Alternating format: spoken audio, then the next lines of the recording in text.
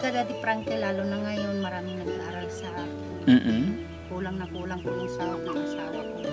Kasi magkano lang po ang sahod ng asawa ko, 650 lang po. Everyday. Opo. Dati kangkong. Opo, kami. Halos lahat ng tao dito, kangkong talaga hanap buhay. Opo. Yun po talagang hanap buhay namin. Pag mayroong matanimang talbos, ganun, itatanim din po. Dagdag income.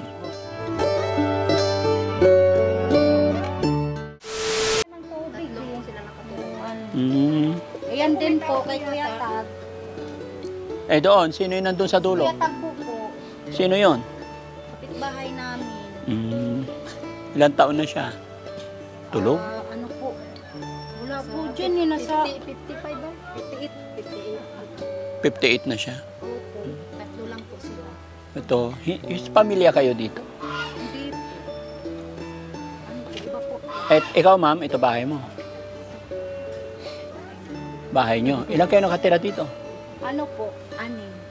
Kasi may asawa ng anak ko eh. Oo, anak mo. Ito, pwede mo sila. Sige po. Hop! May kanin na. Kanin po, walang ulam. Walang ulam. Sayang. Ay, si Kuya Tag. Ay, sorry. Wala po kasi. Nandyan ba si Kuya Tag? Oo, nandyan, tulog. Kaninong kwarto yon?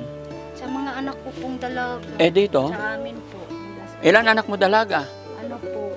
Dalawa. Yung isa ano pa lang, 11. Binata. Ilan anak mo binata? May asawa na po. Pwede upo ka, ma'am? Pwede upo tayo? Sige. May asawa na Ano pangalan nyo, ma'am? Elvira ako. Ang ganda ng salamin mo. Bigay lang po yan. Ano lang yan ang kapatid ko. Kasi Bigay. yung bahay po niya, inano ko kasi. Tapos inanong yan sa akin. Okay na yung pwesto nyo? Okay lang? Okay lang po. Ano pangalan ni nanay? Elvira ako. Nanay Elvira, ilang taong ka na? 43 po. 43. Ilang taon na kayo nakatira dito? Ano, 20 na po. 20 years. Nasaan na asawa mo? Nagtrabaho po. Salamat sa Diyos, no? Kahit pa paano may bahay. Opo, tinaasan po namin yan, Daddy, kasi abutin kami ng Para tinambakan nyo na lang. Ang daming paniki. Ikaw ate, kumusta naman ang buhay-buhay? Anong pinagkakakitaan nyo? Pwede mo bang ikwento yung... Daddy po, namimitas ako ng kangko. Tapos? Bagong panganak po kasi ako eh. Nung nanganak ako, hindi na po ako nakakita. Kapapanganak mo lang? Ano po, 1 year na yung anak ko. 1 year ago. Okay. Pangilan yung anak mo na bunso? Panglima. So dito ka na lang, yung asawa mo lang naghanap buhay. Namimitas din po yung dati bago lang po yung nakapasok. Dati kangkong. Opo, kami. Halos lahat ng tao dito, kangkong talaga hanap buhay. Opo. Yun po talagang hanap buhay namin. Pag mayroong matanimang talbos, gano'n, itatanim po. Yun po, dagdag ano. Dagdag income. Opo. Okay naman ang buhay. Itong lupa na to, sa inyo na to, o parang rights lang? Rights lang. Rights lang. Opo. Bagay, hindi naman na siguro kayo paalisin, no? Hindi po namin alam kasi ang ano nga nila, kukunin daw po kung yun. Ano lang po, ang sabi-sabi. Eh, huwag kayong maniwala sa sabi-sabi hanggat walang sinasabi. Opo. Stay put lang, no? Opo, ganun po talaga. Yun lang ang ano na. Kasi meron po dyan nagpapagawa ng kapatid ko yung pinarang ko. Papagawa ng? Bahay. Tapos? Hindi po pinapagawa. Pag semento ayaw ipatuloy. Unti-unti Kahit mo. kahit naman po ganito. Ayaw. Talaga minsan. Bawal na. Ay, paano to? Eh, may bahay na kayo. Kung i-renovate nyo, okay lang. Yun po ang hindi namin alam. Kasi ngayon, mayroon na. Isa na kasi pagharap. Yun nga po, inaano namin kung pwede. Pwede. Wala pa naman. Saan province mo, ma'am? Surigao. Surigao. Natutunuan kita eh. Yung asawa ko, taga Surigao din. Kampinganon, Maribohok, Surigao del Norte. Yung norte din po. Norte ka rin? Saan? Sa may pungtod. Kababuyan kababuyan. Pungtod. Kababayan tayo pala. Surigao del Norte. Oo. Masarap mamuhay doon. Bakit kayo napunta dito? Eh, mas maganda ang income doon. Mangisda lang doon. Din po. Hirap din po doon. Paano mo nasabing mahirap? Ano yung karanasan mo naging mahirap doon? Siyempre, nagtatanim po kami ng palay. Palayan sa inyo. Sa amin, isda kami doon. Mayroon naman din pong isda. Kaso mga babae kami. Hindi naman. Oo, ang hanap buhay namin doon. Palayan kami. Maraming kuyabutan. Yun lagi ulam namin. Kuyabutan, magsasawa ka rin. Lato. Sa amin po, tabang. At tabang sa inyo. Lato, duyom. Mainit. Na, daghang na duyom, anan lato. Way lato sa amo. Ay, sa amo kay kadamo. Palit mis palengke. Kadamo, gid. Na. Pero si ate masayahin mga kababayan, no? Mahirap po talaga, Daddy Frankie, lalo na ngayon, maraming nag-aaral sa kulang na kulang po yung sahod ng asawa ko.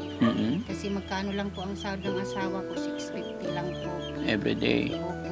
Tapos wala pang OT. Ano namin? Ano? Walang utin? OT po. Utin. Ayusin. Ganun lang po yung tapos pagkain niya doon. Pagkain namin dito, kulang po talaga. Pamasahe pa pabalik. Opo, pamasahe pa niya. Tapos po talaga kami. Hindi po ako makakatulong kasi bago nga lang po akong panganak. 1 year na eh. Pwede na rin siguro magtrabaho-trabaho. Opo, minsan po. Pero hindi naman po ako lagi kasi nagpapadidi ako ng anak ko. Okay. Nagpapadidi ka. Oo. Nagpapadidi po. Kailangan talaga yung nanay pag nagpapadidi, hindi pwedeng malayo sa anak. Opo. Kasi umiiyak po siya, nagwawala po siya. Maya nagpapadidi, ano? Opo. Mahirap din yung gawain ng nanay. Siyempre, pag nagpapadidi sa araw, padidi sa gabi. Di ba? Oo, yung bata, di ba? Si ate, iba iniisip eh. Yung bata, 1 year pa lang, didi yan, kada oras hanggang gabi. Opo. Di ba? Hindi po talaga. Kaya hindi nga po ako, pag umalis ako, daladala ko po yung anak ko na yun. Kasi kahit meeting lang ng mga anak ko sa school, ganun, kasama ko siya. Kasi wala po akong maiwanan. Lahat po. So, ilan na anak mo? 6? 5. 5. Ilan ang plano nyo magiging anak? Ayaw ko na. Ayaw mo na, Kasi nakita ko sa'yo masayahin kahit mahirap. hirap nga pag buhay tapos dagdagan pa. Oo. Okay lang yan, basta masipag. One big happy family. Di ba? Pag marami masaya, kagaya mo, masayahin. Hindi naman Daddy Frankie na na lang ako mahirap naman pag stress ko yung ko dito. Sa bagay, mahirap na, pahirapan mo pa. Opo. Ingiti Tapos, na lang natin. Mga anak ko kawawa, di ba, maliliit pa. Oo. Tama yun. Oras ako na magkasakit, gano'n. Ay sinong ng mga anak ko, wala, di ba? Kaya, Sige. na lang. Normal. Sige, at least nakausap kita. Pasensya ka na. Ito, bigyan kita ng pambiling pasensya mo na yan. Thank you po. Ano pangalan ulit ni ate? Elvira po. Elvira. Ahok po. Okay. Shoutout mo yung mga kababayan natin dira sa Surigao lagi. Nay, ang nanay ng Surigao. Nay daw, na-istorya na si Daddy Frankie, nay. Ang mga igsoon din na-istorya na dire si Daddy Frankie. Mabait. Wow. Ato mga parinti ba? Mga tiya.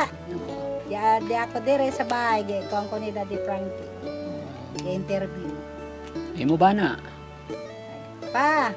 Wow, sarap. Si Daddy Frankie. Na-interview ako ni Daddy Frankie.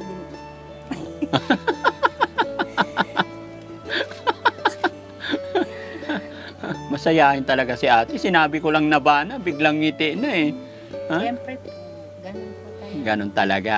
Sige ate, maraming salamat Ayan, shoutout po sa mga kababayan natin dyan sa Surigao del Norte. Ayan, mga kamag-anakan namin dyan sa Campinganon, Maribuhok. Kumusta ka mo dire? Ayan.